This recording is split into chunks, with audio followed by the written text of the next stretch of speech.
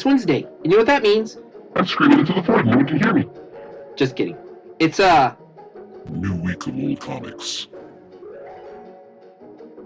let's look at some books that are weird.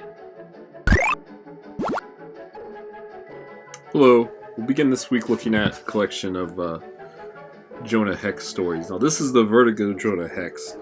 It's written by Joe Lansdale, who you may know from, he wrote the Hap and Leonard books, and Tim Truman, who you may know from Scout, or Lansdale and Truman also did a Conan the Barbarian series together in the early 2000s, I believe.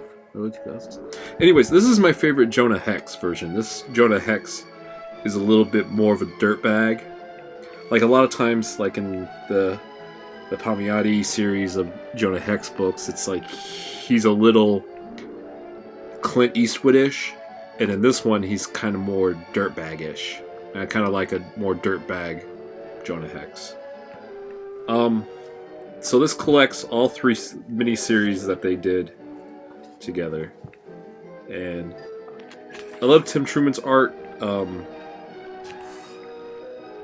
He draws like someone who's been drawing forever. You know, it looks like someone who's been drawing and hasn't stopped drawing.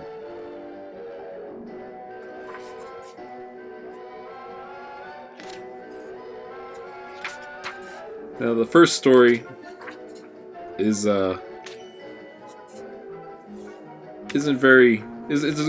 Gun Mojo's a pretty straight ahead cowboy story with zombies. The second story, Riders of the Worm and such,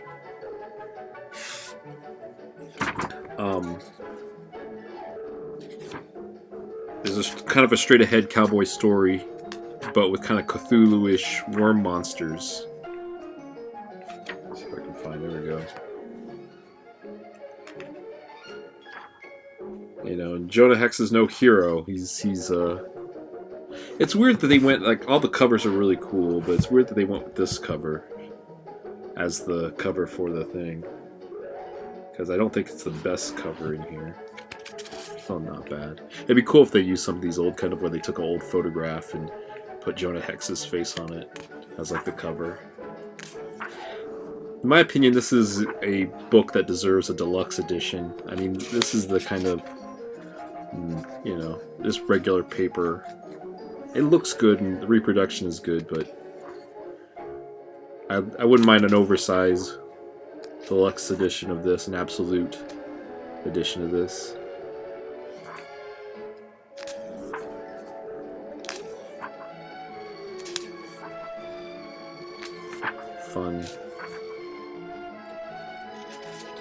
Fun stuff. Maybe next week we'll look at the Conan book they did together. Sam Glanzman does the colors on this, and it very much complements the vibe of the book. There's this kind of deserty quality to it all. But even if you're not a fan of Tim Truman, which I don't know why you wouldn't be, but this is still a great story to read. A couple stories to read. It's got a lot of weird stuff and a lot of cowboy stuff. I think,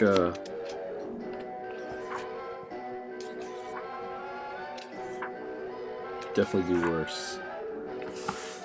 That's a cool cover.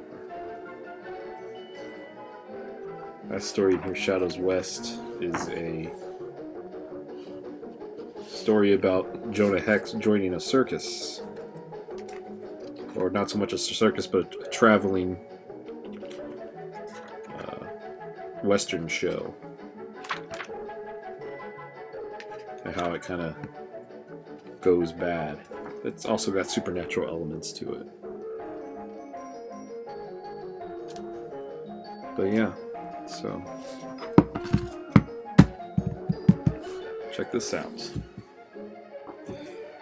Next I want to look at Cochlea and Eustacia by Hans Rickheit. Rickheit. Hope I'm saying that right. This is a really cool book. it's not a lot of words, but it's a lot of weirdness. It's like a weird, I don't know, weird dream almost. What I like about this edition that Fantagraphics put out is they also did it with the Dementia 21 books. It's got this kind of this textured cover.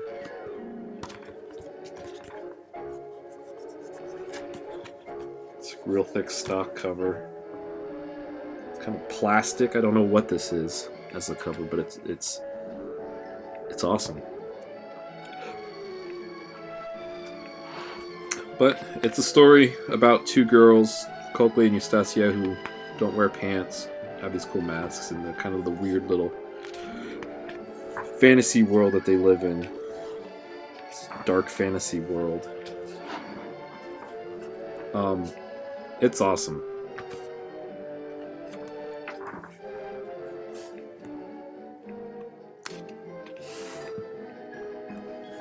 Very clear.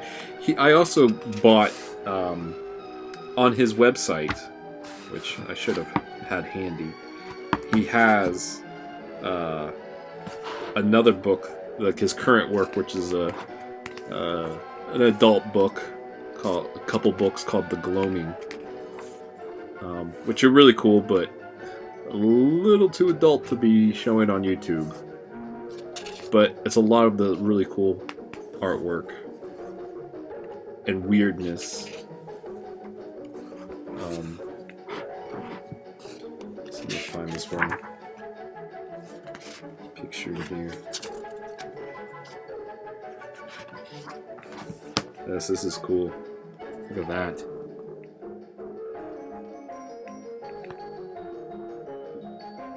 But like you say, if you're a fan of the weird and you like things that are different, check this out. Also, I'll put his website right here so you can see it and check out his Gloaming comics, which are really cool too.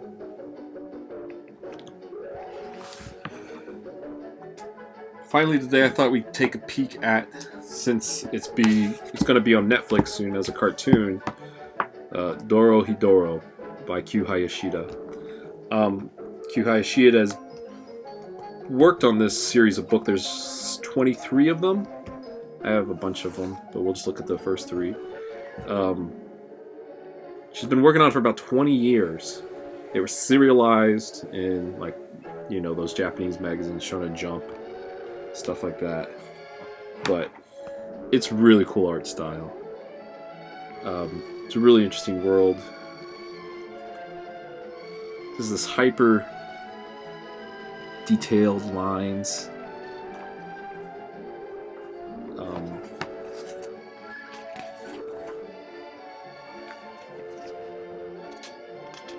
It's about a guy named Kaiman who's got a lizard head and doesn't remember how he got a lizard head, and his friend Nikaido, who they live in kind of this place called the Hole, where it's a society where there's people who use magic and people who don't use magic, and the people who use magic kind of use the people who live in the Hole as kind of guinea pigs,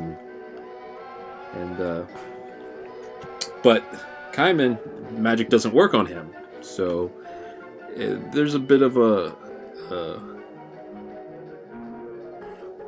there are parties who are interested in that. The other half of the story is, other than the half that's about Kaiman and Nikaido, is these wizards or sorcerers from magic users from above the Hole, kind of the wizard world, named Shinonoi. Shin's the guy with the heart on his head here, the heart mask.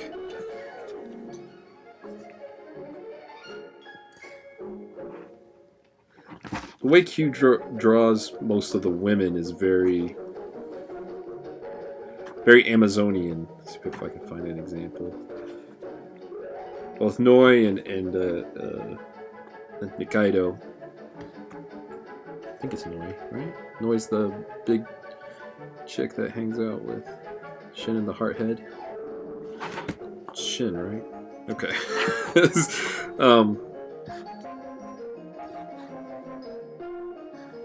they're drawn pretty large. The female characters. But it's interesting because I love her style. It's very scribbly. My style's kind of scribbly. I just thought it'd be kind of like worth taking a note, seeing as this is going to be on Netflix soon as a cartoon. Now the style they're using in the cartoon that's going to be on Netflix is the kind of the newer kind of CG animated style, like they've done with the new Ghost in the Shell and the Appleseed anime, where it's different. I think it looks a little stiff to me, and it's just weird. It's very clean looking. It has very clean lines, and her artwork is the opposite. So it was an interesting choice they went that way rather than traditional animation. But all the ladies are large, big, muscly ladies.